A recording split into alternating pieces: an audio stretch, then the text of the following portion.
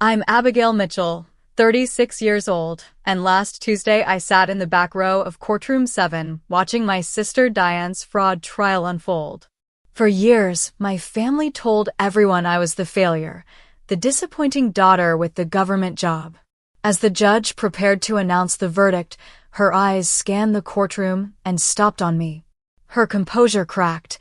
"Wait, you're the governor?" she whispered, microphone unfortunately still on.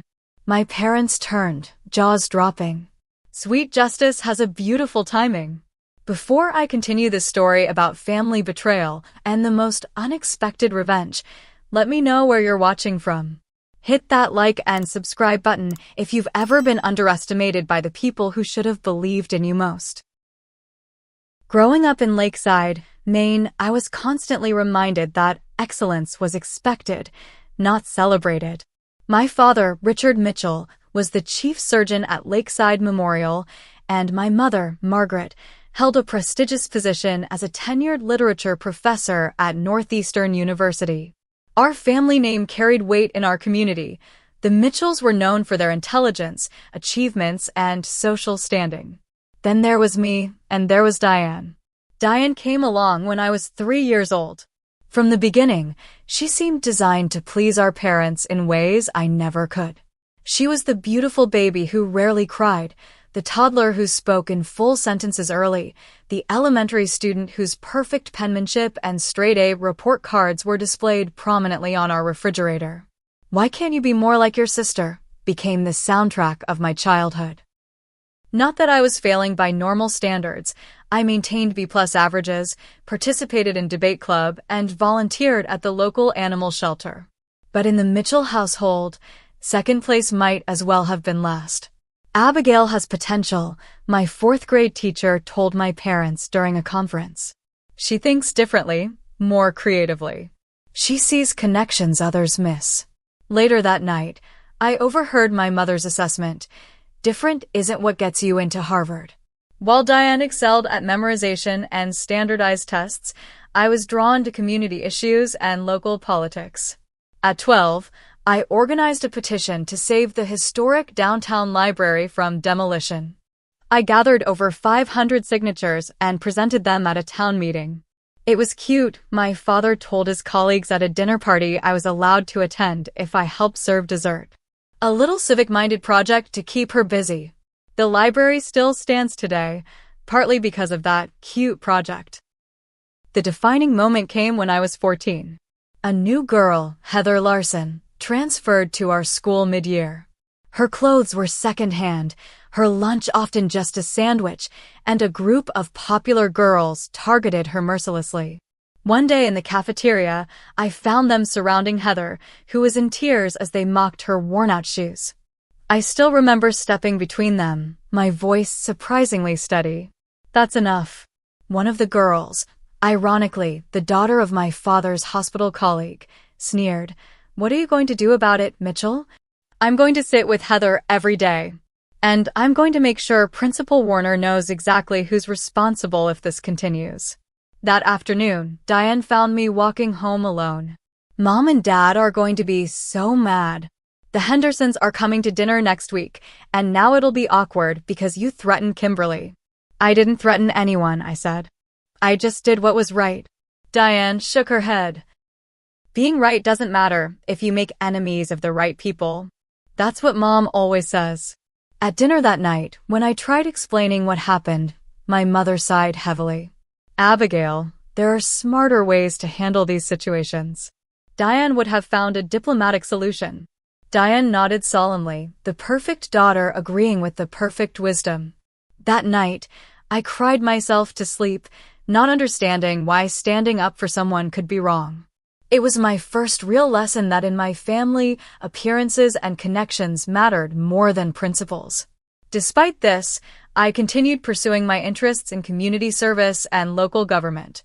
I started a civics club at school, volunteered for a state senate campaign, and wrote an award-winning essay on municipal governance that was published in the local paper. My parents barely noticed. The essay hung on our refrigerator for exactly 2 days before being replaced by Diane's acceptance letter to a prestigious summer program at Yale. Politics is for people who can't do real work, my father said dismissively when I mentioned wanting to study political science. Doctors, lawyers, professors, those are real careers with real impact. The irony that our town mayor had appointed my father to the hospital board, a political connection that boosted his career, seemed entirely lost on him.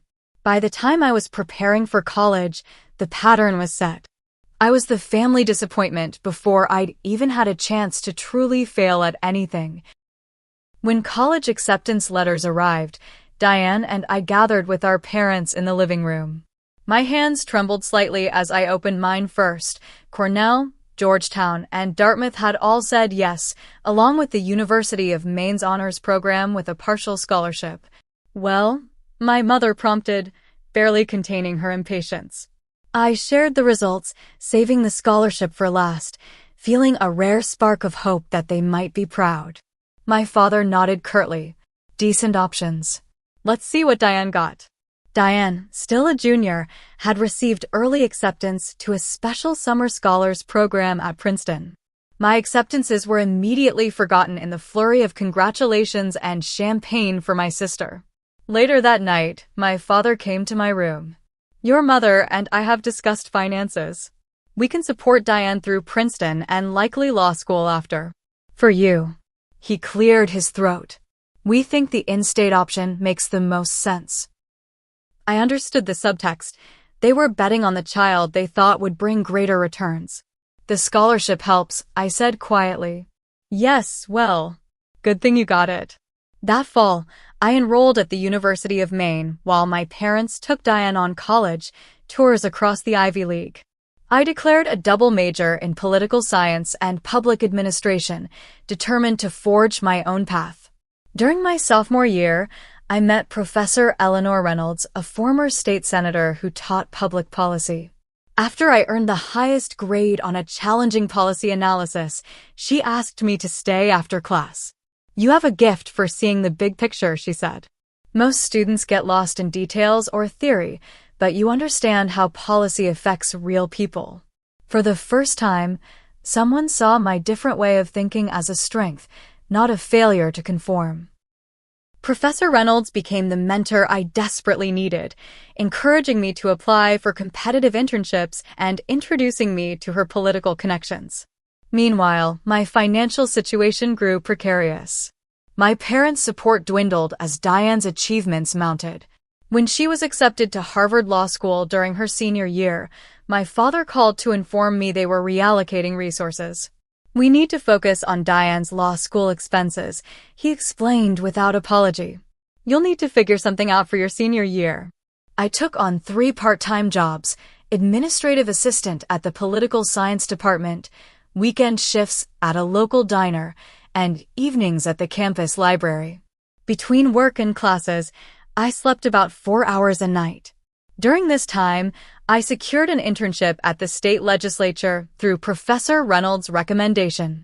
The position was unpaid but offered invaluable experience. I arranged my work and class schedule to accommodate it, often rushing from the Capitol building to my diner shift without time to change out of my professional clothes. My supervisor at the legislature, Representative Thomas Graham, took notice of my dedication and sharp analysis. When a paid position opened on his staff, he offered it to me. You have a mind for policy and the heart for public service, he said. That's a rare combination. I called my parents with my first piece of good news in years. My mother answered. That's nice, Abigail, she said distractedly. Did you hear Diane made law review? Only 5 first years were selected. At graduation, I received my diploma with honors, a distinction earned while working 3 jobs. My parents attended but left immediately after the ceremony to attend a celebration dinner for Diane passing her first-year law exams. My first real career setback came shortly after graduation. Encouraged by my mentors, I ran for city council in Augusta. I campaigned tirelessly, going door to door after work hours, developing detailed policy proposals, and participating in community forums. I lost by 127 votes. When I called home with the news, My father didn't hide his satisfaction. This is why we wanted you to pursue something more substantial. Politics is a gamble. That Thanksgiving, as we gathered around the table in my parents' home, my mother asked Diane about her classes and clerkship prospects. When the conversation reluctantly turned to me, my father raised his eyebrows. Still recovering from your failed campaign? Any plans to get a real career started? I explained that I was working as a policy analyst for a nonprofit focused on education reform. So, a glorified researcher, my father said with a dismissive wave. At least Diane will have a squire after her name soon. As dessert was served, my mother turned to family friends also at the table. We always knew Diane would excel. As for Abigail, she sighed dramatically. We're still waiting for her to find her way. I stared at my untouched pumpkin pie, feeling invisible at my own family table. That night, I made a decision that would change everything. I would succeed on my own terms, and I would no longer seek their approval or share my achievements with them. They had written my story as a failure. I would write a different ending, even if they never read it. The mayor of Augusta, Rebecca Turner, called me personally after reviewing my policy proposals from the city council campaign. You lost the election but impressed a lot of people, she said. I need a chief of staff who understands both policy and people. Are you interested? At 24, I became the youngest chief of staff in the city's history, not that my family would know. Our conversations had dwindled to obligatory holiday calls and the occasional family event where Diane's accomplishments remained the central focus. As Mayor Turner's right hand, I discovered my talent for coalition building and pragmatic problem solving. When a proposed development threatened a historic neighborhood, I facilitated meetings between developers, preservationists, and residents to craft a compromise that revitalized the area while preserving its character. The Augusta Revitalization Project won a national award for innovative urban planning. At the ceremony, Mayor Turner insisted I join her on stage. This wouldn't have happened without Abigail Mitchell's vision and tenacity, she told the audience. Remember her name. You'll be hearing it for years to come. A local reporter covered the story, but my parents never mentioned seeing it. They were busy attending Diane's law school graduation that weekend. During this time, I met James Cooper, an architectural engineer who worked on the revitalization project. Unlike my family, James really saw me, from the beginning.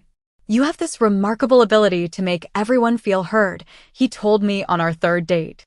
Do you know how rare that is in politics? After a year with Mayor Turner, state party leaders approached me about running for state representative. The incumbent was retiring, and they believed I could win the seat. With James's encouragement and Mayor Turner's endorsement, I launched my campaign. This time, I won, by a comfortable margin of 1,842 votes. When I called my parents with the news, my mother's response was tepid. That's nice, dear. Did you hear Diane was hired by Callahan and Frost? It's one of the top corporate law firms in Boston. My father added, state representative is quaint. I suppose it's something to do until you find a more serious career. Meanwhile, Diane's ascent in corporate law continued unabated. She represented wealthy clients and corporations in high-profile cases, earning a substantial salary and purchasing a luxury condo in Boston's exclusive Beacon Hill neighborhood. At family gatherings, my parents proudly shared updates about our lawyer daughter while politely glossing over my work. If asked directly, my mother would say, Abigail does something in government, as if I filed paperwork in a basement somewhere. In the state legislature, I built a reputation as an effective lawmaker who could work across party lines. I sponsored bills on education funding, environmental protection, and government transparency that garnered bipartisan support. During my second term, I was appointed chair of the Budget Committee, a powerful position rarely given to someone so junior. I worked 18-hour days during budget season, meticulously reviewing expenditures and finding innovative solutions to funding gaps. The governor praised our committee's work as the most transparent and balanced budget process in a decade. The resulting budget passed with unprecedented support and protected vital services without raising taxes. When Lieutenant Governor Marcus Reed saw me in action during budget negotiations, he took notice. After a particularly effective presentation where I defended funding for rural healthcare initiatives, he approached me. "Representative Mitchell, I need someone with your skills on my team," he said. "My policy director is retiring, and I want you to consider the position." The role would place me at the center of state government, with significant influence over the administration's policy agenda. It meant stepping back from my elected position, but the opportunity to effect change on a larger scale was compelling. James and I discussed it over dinner at our favorite restaurant. "You've accomplished so much in the legislature," he said, "but I see how excited you are about this. You'll have a wider impact." "My family will see it as quitting," I said, realizing I still cared about their opinion despite everything. James reached for my hand. "When will you stop measuring your success by their standards? You've long surpassed them." I accepted the lieutenant governor's offer, and for the next 2 years, I shaped policy on education, healthcare, infrastructure, and economic development. I deliberately maintained a low public profile, focusing on results rather than recognition. Meanwhile, Diane became a partner at her firm, the youngest in its history.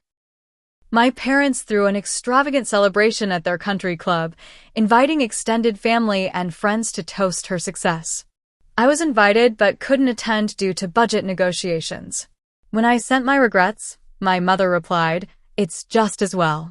Diane's colleagues might find your government work quaint." What they didn't know, what I never told them, was that I had become one of the most influential figures in state government, with direct access to the governor and responsibility for policies affecting millions of citizens. And soon, events would unfold that would change everything. Lieutenant Governor Reed and I were reviewing education funding proposals when his assistant burst into the room. "Sir, you need to turn on the news." Breaking news alerts showed catastrophic flooding across the western part of our state. 3 dams had failed after unprecedented rainfall, and entire communities were underwater. The death toll was rising.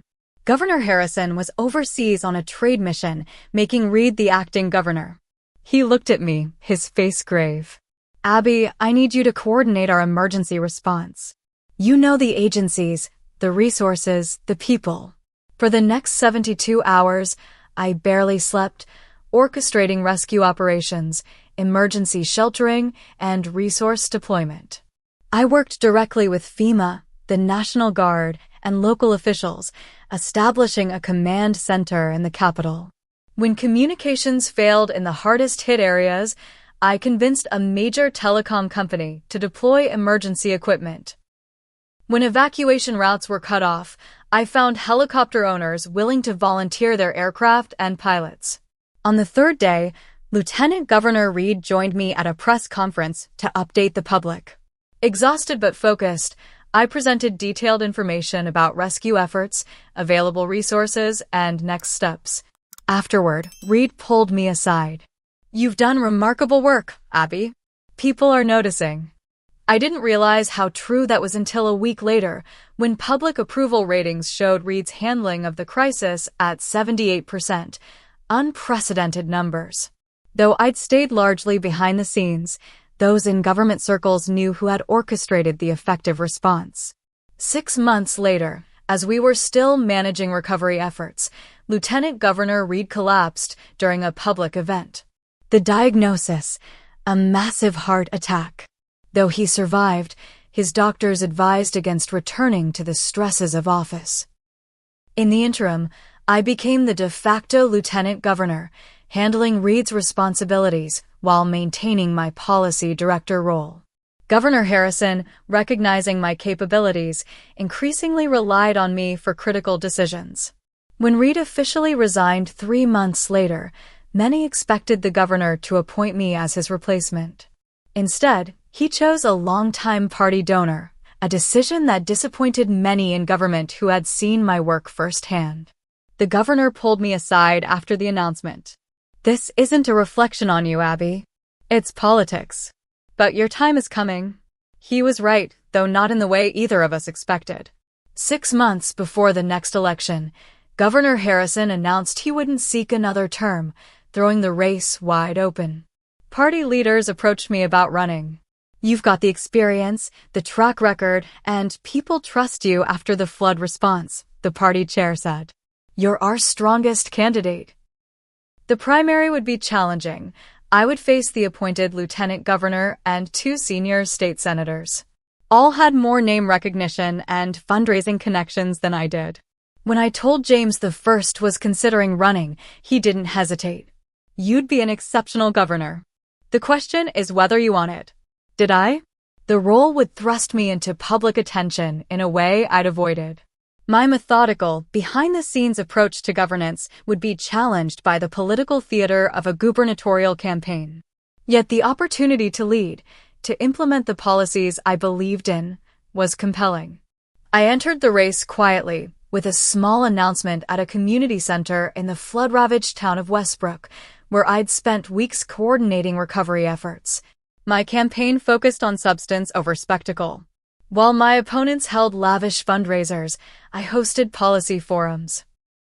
While they ran attack ads, I published detailed proposals on economic development, education reform, and disaster preparedness. I invited my family to my campaign launch. They didn't come. My mother called the next day. We saw you're running for governor, she said, her tone suggesting I'd announced a plan to join the circus. Isn't that ambitious?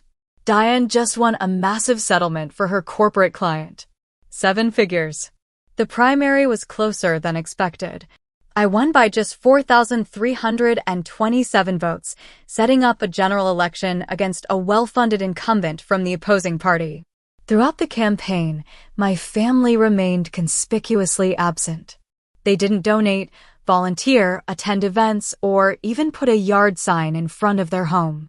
When a local reporter asked about my family support, I deflected with practiced ease. I'm focused on earning the support of all families in our state. Election night arrived with polls showing a dead heat. James and I watched results with my campaign team, the room tense as counties reported. Around midnight, my opponent called to concede. I had won by just under 2 percentage points. As governor-elect, I made a deliberate choice about my public image. Unlike many politicians who sought maximum visibility, I maintained a low profile, focusing on the work rather than personal promotion. My official portrait was professional but understated, and I limited television appearances to essential communications. This approach earned criticism from political consultants, but aligned with my governing philosophy: substance over spectacle, results over recognition. My inauguration was attended by thousands of citizens, former colleagues, and political figures.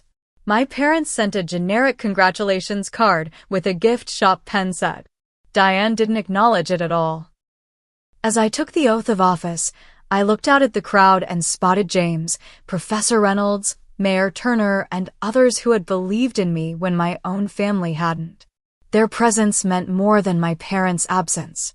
During my first year as governor, I learned that Diane's law firm was under federal investigation for allegedly helping clients hide assets and evade regulations. The investigation hadn't been made public yet, but as governor, I was briefed on significant federal actions in our state. I kept this information confidential, even from James, bound by my oath of office. But I watched with growing concern as the investigation expanded, eventually becoming public knowledge. When federal prosecutors announced indictments against the firm and several of its attorneys, including Diane, I was in the middle of budget negotiations. My chief of staff, Nathan Parker, delivered the news privately. "Governor, I thought you should know immediately. Your sister Diane Mitchell is among those indicted." I felt the room spin slightly. Charges: conspiracy to commit fraud, evidence tampering, and obstruction of justice. "It's serious, Governor." I took a deep breath. "Thank you, Nathan. I need 10 minutes." Alone in my office, I allowed myself exactly 3 minutes to process the personal implications before shifting back to my responsibilities as governor. I couldn't interfere with a federal case, nor should I. Justice needed to be applied equally, regardless of connections. That evening, my mother called for the first time in months. "Abigail, you have to do something about this witch hunt against Diane," she demanded without preamble. "Use your position. Call someone." "Mom, it's a federal investigation." "I have no jurisdiction, and even if I did."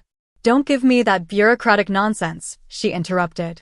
"You finally have power. Use it for your family." I kept my voice steady. I took an oath to uphold the law. "That applies to everyone, including family." "I always knew you were jealous of her," my mother spat before hanging up. In the following weeks, as Diane's case proceeded toward trial, my parents gave interviews portraying her as a victim of overzealous prosecution. They never mentioned my position, referring to me only as Diane's sister on the rare occasions I came up. I maintained strict separation from the case, instructing my staff that I was to receive no special updates beyond what any governor would typically receive about a major federal case in their state. And then came the trial, and the day that would change everything between my family and me. The federal courthouse in Portland buzzed with activity on the opening day of United States v. Mitchell et al. News vans lined the street, and reporters clustered around the entrance, hoping to catch a glimpse of the defendants. From my office in the state capitol, I watched the coverage with a strange detachment. My sister, the golden child, the family success story, was walking into court with a team of expensive defense attorneys surrounding her like a protective shield.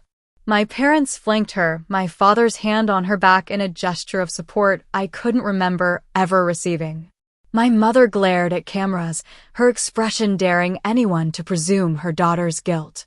I made a decision that surprised my staff. I would attend portions of the trial. Not as the governor, but as Abigail Mitchell, private citizen. "Are you sure that's wise?" Nathan asked when I told him. "The optics." "I'm not concerned with optics," I said. "I need to see this for myself." I arranged to sit quietly in the back of the courtroom, dressed conservatively, without the usual trappings of office. No security detail, no special treatment. Most people knew me from official portraits or occasional press conferences, but in person, without context, I was just another observer. The evidence presented by federal prosecutors was damning. Emails, financial records, and testimony from former colleagues painted a picture of systematic fraud. Diane had allegedly helped clients hide assets during divorce proceedings, shield money from tax authorities, and conceal evidence of corporate wrongdoing. During a break on the third day, I encountered my parents in the courthouse hallway. My mother noticed me first, her eyes widening with surprise before narrowing with suspicion. "So you've come to gloat," she said, keeping her voice low but sharp. "I'm here to understand what happened," I replied evenly. My father stepped forward. "What happened is that your sister is being persecuted for doing her job. But you wouldn't understand that, would you? Playing government in your little office while Diane was in the real world, making real money, having real impact." I absorbed his words, noting the irony of his assessment. As governor, I oversaw a $9 billion budget and policies affecting millions of citizens, while Diane had apparently been helping wealthy clients break the law. "The evidence seems substantial," I said quietly. "Evidence can be manipulated," my mother snapped. "You could help if you wanted to. Make a call. Use your influence." "That would be illegal," I pointed out. "And wrong," my father scoffed. "Always so righteous." "This is your sister we're talking about." "Yes, and the law applies to her just like everyone else." As we spoke, I noticed other trial attendees watching our interaction with interest, though no one seemed to recognize me out of context. "Your sister supported you your entire life," my mother hissed, rewriting history with breathtaking ease. "And now, when she needs you, you hide behind rules and regulations." I took a deep breath. "When, exactly, did Diane support me?" When she told you I was wasting my time with community service. When she laughed along with Dad about my quaint political career. When she missed my inauguration for a spa weekend. Before they could respond, the bailiff announced court was resuming. My father leaned close as he passed me. Always the victim, he muttered. While you were feeling sorry for yourself, Diane was achieving something meaningful. In the courtroom, I returned to my seat in the back row. Diane glanced around as she entered, her eyes passing over me without recognition before she took her place at the defense table.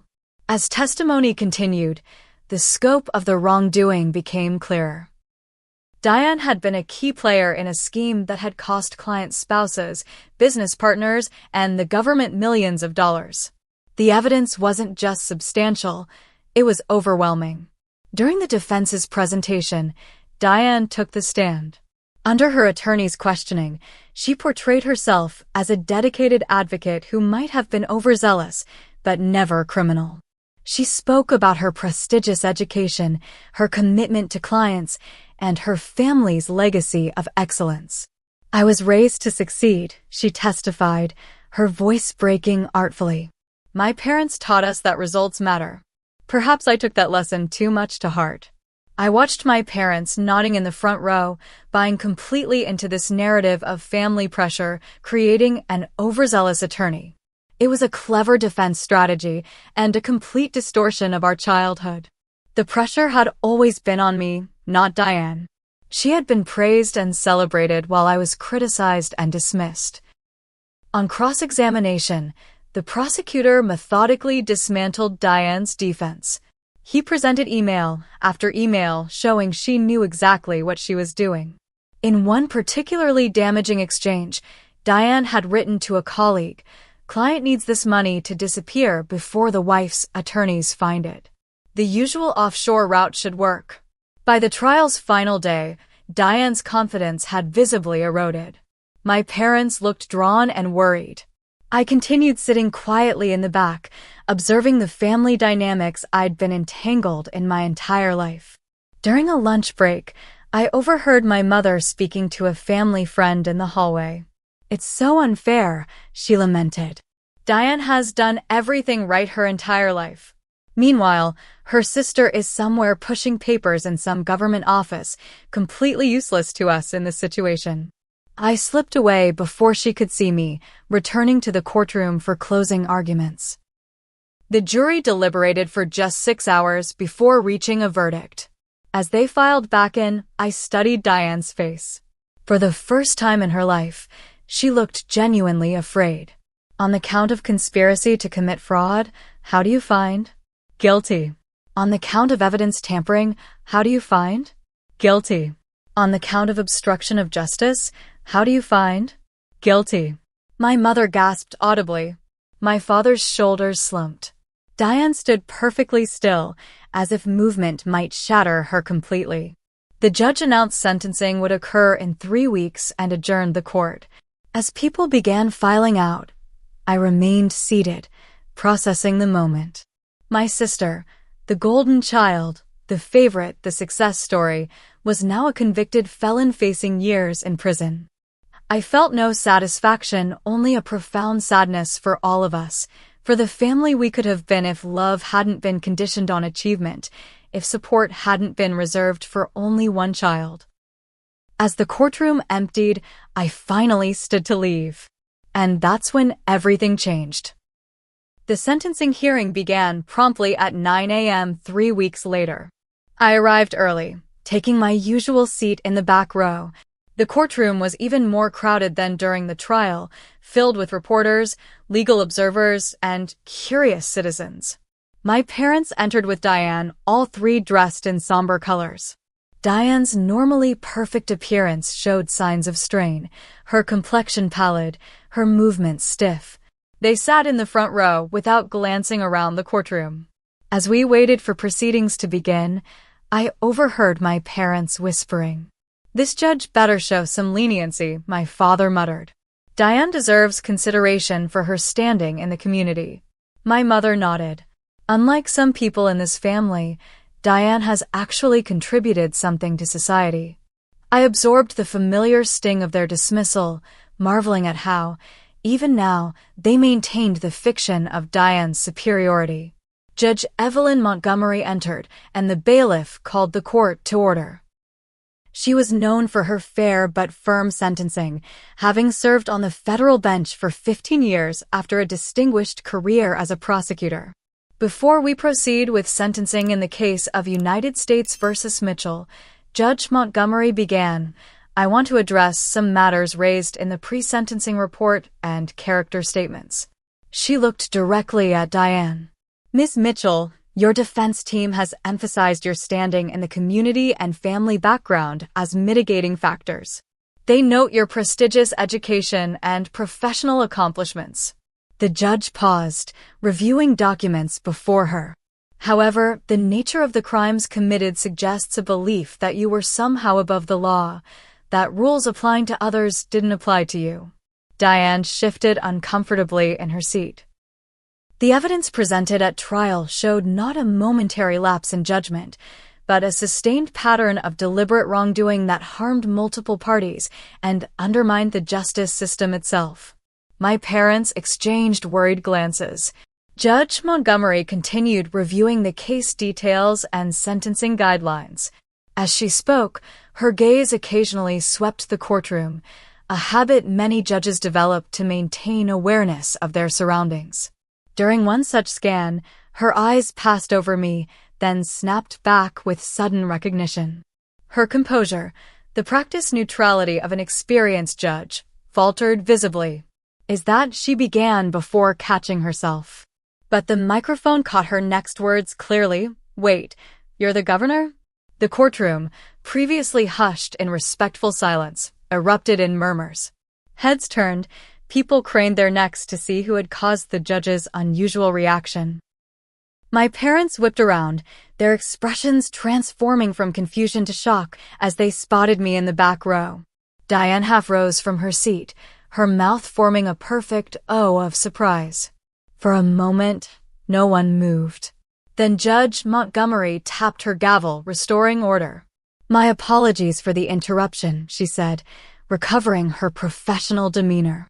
Let's continue with the sentencing. But the damage was done. Reporters were already furiously typing on their phones. Courthouse staff whispered behind their hands. Everyone was connecting the dots between the convicted attorney and the state's highest executive. My parents stared at me with expressions I couldn't fully decipher. Shock, certainly, but also something like dawning comprehension. For perhaps the first time, they were seeing me clearly, understanding that while they had been dismissing my career as insignificant, I had risen to a position of genuine power and responsibility. Judge Montgomery proceeded with sentencing, her voice steady once more. Diane Mitchell, for the crimes of conspiracy to commit fraud, evidence tampering, and obstruction of justice, this court sentences you to 68 months in federal prison, followed by 3 years of supervised release. You are also ordered to pay restitution in the amount of $2.4 million to the victims of your crimes. My sister seemed barely to register the sentence, still looking back at me with an expression of disbelief. The judge continued, you will surrender to federal authorities 2 weeks from today to begin serving your sentence. With a final tap of her gavel, the hearing concluded.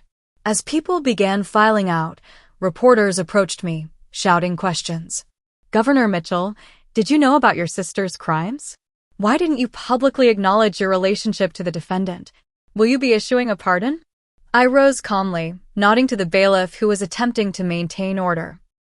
No comments at this time, I said quietly, moving toward a side exit where Nathan was waiting, having been alerted to the situation.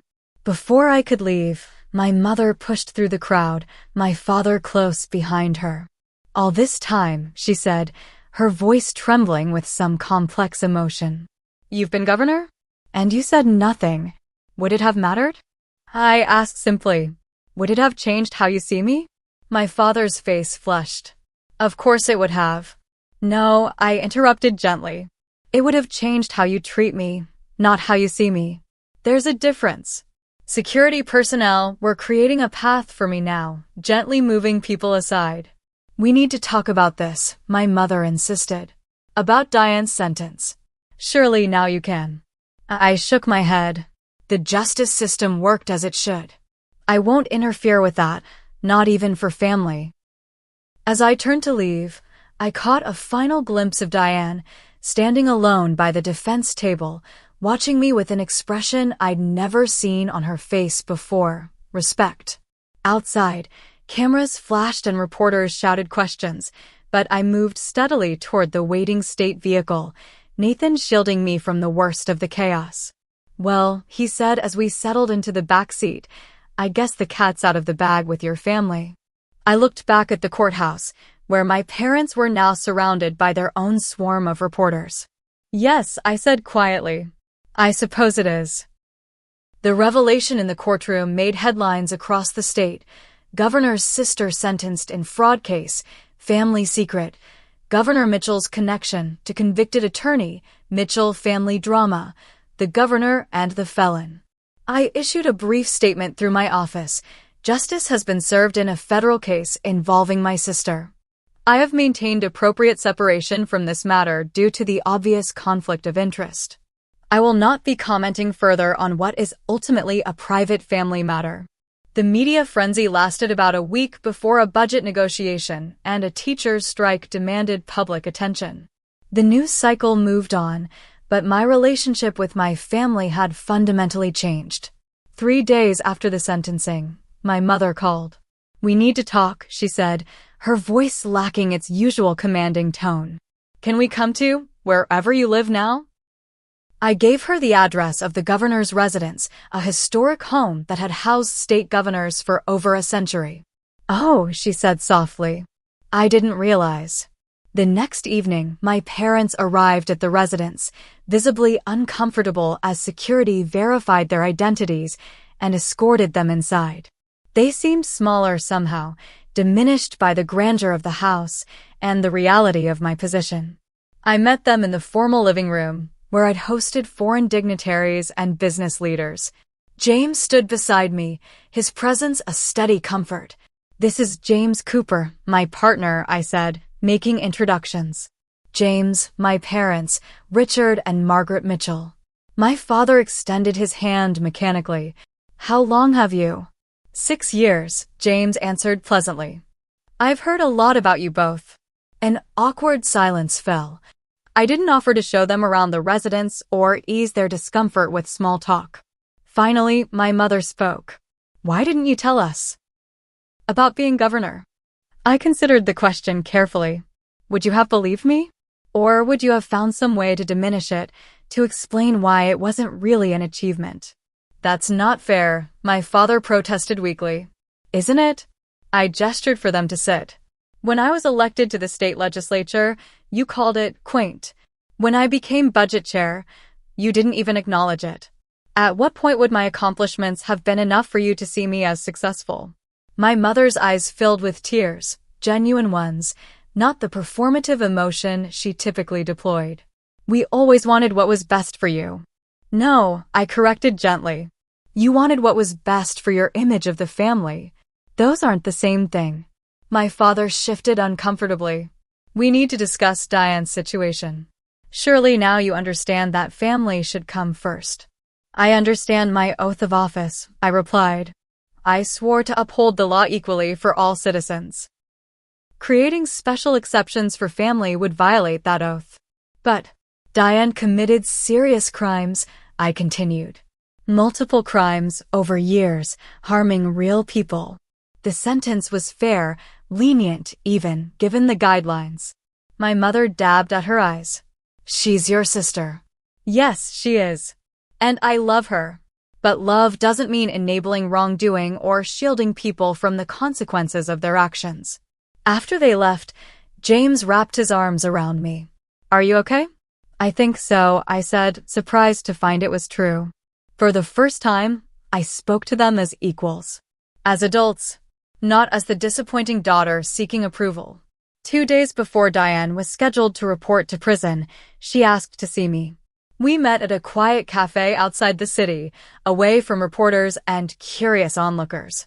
She looked different, humbled, perhaps. The polished corporate attorney veneer had cracked, revealing something more human beneath. "I almost didn't recognize you in court," she said after we'd ordered coffee. "You've changed." "Not really," I replied. "I'm the same person I've always been. You just never saw me clearly." She nodded slowly. "Mom and Dad are struggling with everything. Your position, my conviction. It's like their whole worldview collapsed. They created a narrative where you were the success story and I was the disappointment," I said. Reality didn't cooperate with that narrative. Diane stared into her coffee. I bought into it too. Their version of success: prestigious degrees, high salary, social status. I never questioned whether that was actually making me happy. "And was it?" I asked. She laughed humorlessly. "I'm going to prison tomorrow. What do you think?" We sat in silence for a moment before she spoke again. "I read about your flood response and your education reform bill, the profiles of you in office. You've done remarkable things." Coming from Diane, this acknowledgement felt monumental. "I'm sorry," she said suddenly, "for how I treated you, for believing I was somehow better because I followed the path they laid out."